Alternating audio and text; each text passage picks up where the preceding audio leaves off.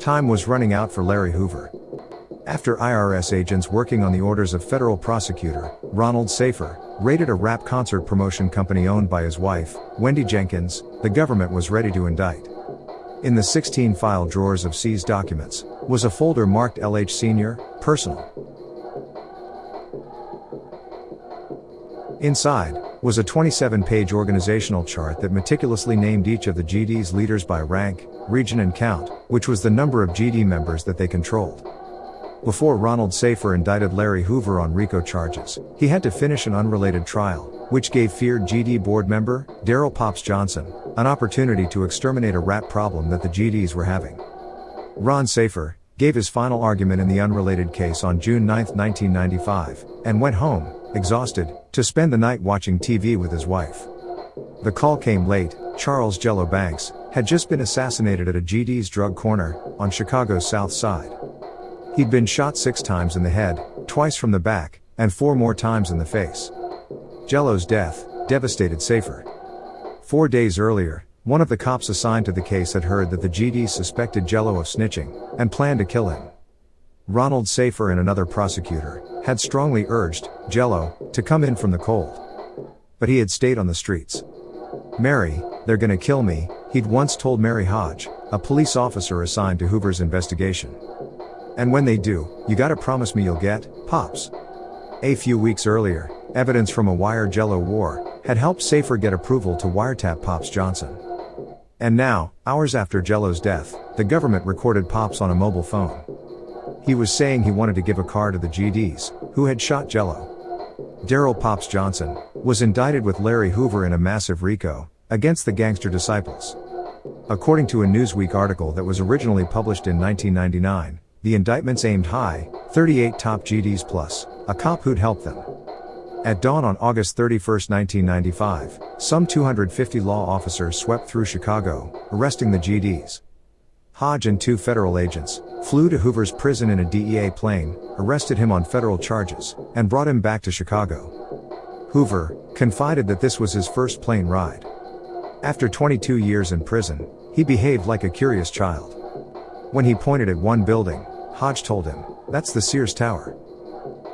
It was time to go to court. A few defendants pleaded guilty. The rest were split up for 3 trials. In the first, a DEA analyst, Sue de Guzman, testified about the link association she'd built from phone company records to track 600,000 calls among key GDs. And jurors heard Hoover, on tape, instructing Shell on the wisdom of occasionally giving young GDs free drugs to sell. "You bring them along," he counseled. "They know they wouldn't have anything without you." The verdict: all 8 defendants were convicted. Within 6 days, 4 GDs were killed by rivals eager to grab new turf. King Hoover himself went on trial with 6 other GDs in the second group. Hoover's attorney argued that her client was a politician persecuted by the government. Outside the court building, the GDs rallied by the hundreds. Chants of "Free Larry" rose to the courtroom from marchers on the sidewalks, 19 floors below. One day, Safer walked near Hoover's chair, and the star defendant murmured, "Aren't you scared?" Safer shrugged it off. If Hoover wanted me dead, he told himself, I'd be dead. Finally, on the day of the verdict, May 9, 1997, armed officers ringed the base of the court building. But the only action was in the courtroom, where Hoover and the others were found guilty. The third trial ended with convictions against 12 of 13 defendants 2 months later. Now, it was time to do what Jello had asked of Hodge: get Pops. Safer's investigation hadn't stopped after the 1995 indictments. The police were amassing new evidence against GDs, who had replaced their fallen leaders. Safer also wanted to do right by Jello. "The Banks murder, to this day, eats at me," he says now. "There is no question, I'm responsible for his death. I could have pulled him off the street. I didn't." How many murders is Larry Hoover responsible for? We report. You decide. Larry Hoover was sentenced to 150 years in prison for a 1973 murder. So, even if a federal judge released him from federal prison on drug conspiracy charges, he would still have to serve the remainder of his state sentence for murder, unless he finds a way to win his freedom in an appeal to the state of Illinois. Sorry to disappoint, all of you Larry Hoover fanboys out there, but those are the facts. In 1996, after Larry Hoover was brought back to Chicago to face RICO charges in August of 1995, journalist and Scott Tyson was granted permission to interview Chairman Hoover while he was awaiting trial, and we'll bring you that interview before the end of this video. But before we do, let's talk bodies, cause Pops Johnson has a few. 3 + 1, 1 + 2. That's 7 bodies for all of my King Von fanboys out there. In 1997, Pops went on trial for the murders of Charles Jello Banks and Darryl Blunt Johnson, who was not related to Pops Johnson. In federal court, Pops was convicted of ordering the murder of a person assisting in a federal criminal investigation and ordering the murder of that person and another in furtherance of a continuing criminal enterprise. In 1997, Pops was sentenced to death pursuant to a 1988 statute that made it a capital crime to kill a federal informant. The Seventh Circuit affirmed his conviction and sentence. According to court documents in his 2003 appeal at Johnson's sentencing hearing, the parties presented evidence on the non-statutory aggravating factor of future dangerousness.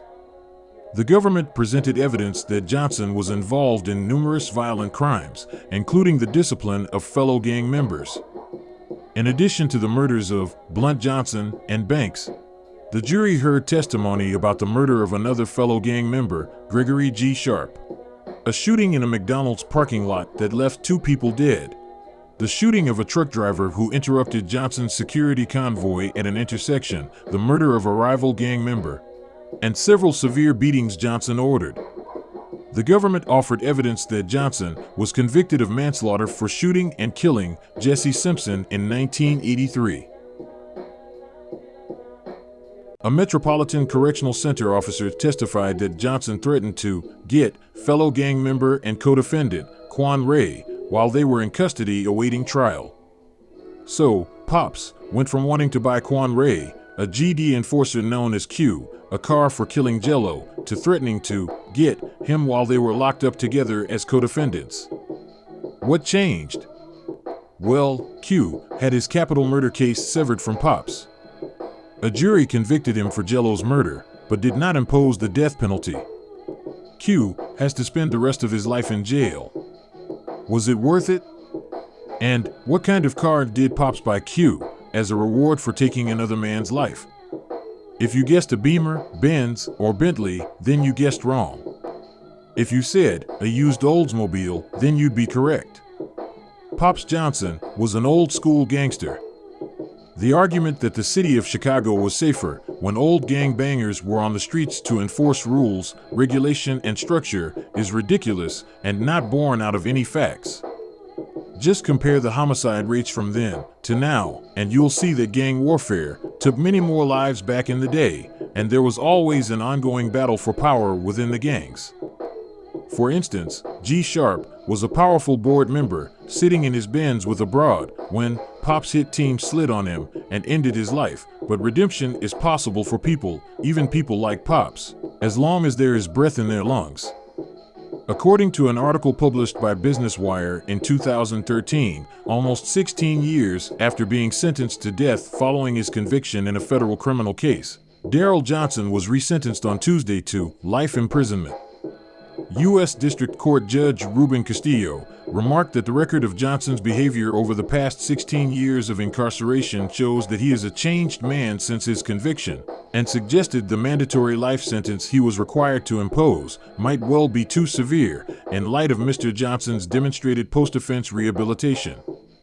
In 1997, Johnson was convicted of having been part of a large drug distribution conspiracy and having directed the murder of 2 gang members, who he believed were cooperating with the government's investigation of the Gangster Disciples street gang. Even though he was not the shooter, Johnson was sentenced to death for his involvement in those murders. In December 2010, U.S. District Court Judge William Hibbler ruled that testimony at Johnson's 1997 sentencing hearing from Bureau of Prisons Warden John Vanier about Johnson's supposed future dangerousness was false and misleading. Judge Hibbler concluded that, had Warden Vanier's inaccurate testimony been corrected at the trial, Johnson would likely not have received the death penalty. Judge Hibbler vacated the death sentences and ordered a new sentencing for Johnson. In fact, Johnson has been a model prisoner for the past 16 years. In an affidavit submitted by the government in response to a request by Judge Hibbler, a Bureau of Prisons death row case manager said that during his years in prison, Johnson has proven to be a well-adjusted, quiet, and civil individual who has not caused problems for the prison staff. He has also maintained a close and loving relationship with his family throughout. After his release from death row, Darryl Pops Johnson died of natural causes in prison. The Christian Science Monitor published a series of well-researched, well-written articles about Larry Hoover's trial, including an article published on New Year's Eve in 1996 by and Scott Tyson. But now, CNN will bring you what Hoover has to say for himself, in his own words according to her interview with him. She wrote, "Larry Hoover, reputed to have built one of America's most powerful street gangs, spoke with the Monitor for 3 hours, in a spare visiting room at a prison in Chicago. Appearing relaxed and laughing occasionally, he touched on subjects ranging from ward politics to gym shoes. On prison life. You become more conscious in prison. Of life, of community, of your own mortality, so you better understand the need of survival. You don't just see what's happening to you, you see why it's happening and can start thinking about making changes to make sure it doesn't happen to you and your offspring in the future." On gang political activism, I realized that these street gangs could be the salvation of the community, because street gangs were at the core of most of the negative things going on. If the leadership would start thinking positive, then they could redirect that negative energy, and become a viable part of the community. You can't deal with street organizations from the outside. I've been out there, I've done everything they have. I've robbed, and been shot, so they can relate to me. On drug dealing, most gang members sell drugs because there ain't no jobs out there.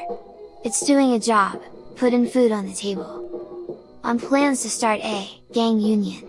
My plan was to bring all the street organizations together, and form a street organization union, collecting $1 a week dues. That would be $1.2 million to $2.4 million a year.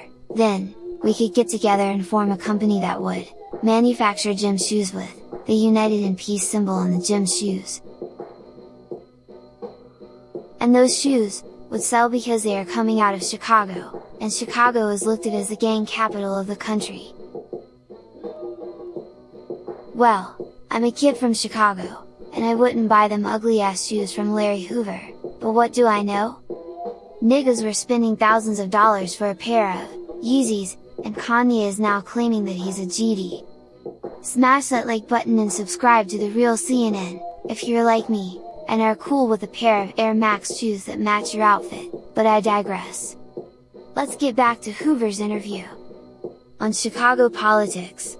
Chicago's political machine can't control the apathetic vote, and that's what I was advocating, that we wake up street gang members, people who live in the projects, homeless.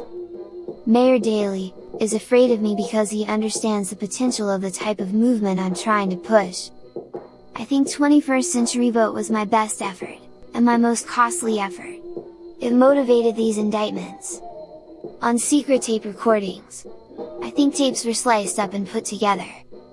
If all 65 hours were transcribed, it would show exculpatory evidence on his organization's future if he is convicted.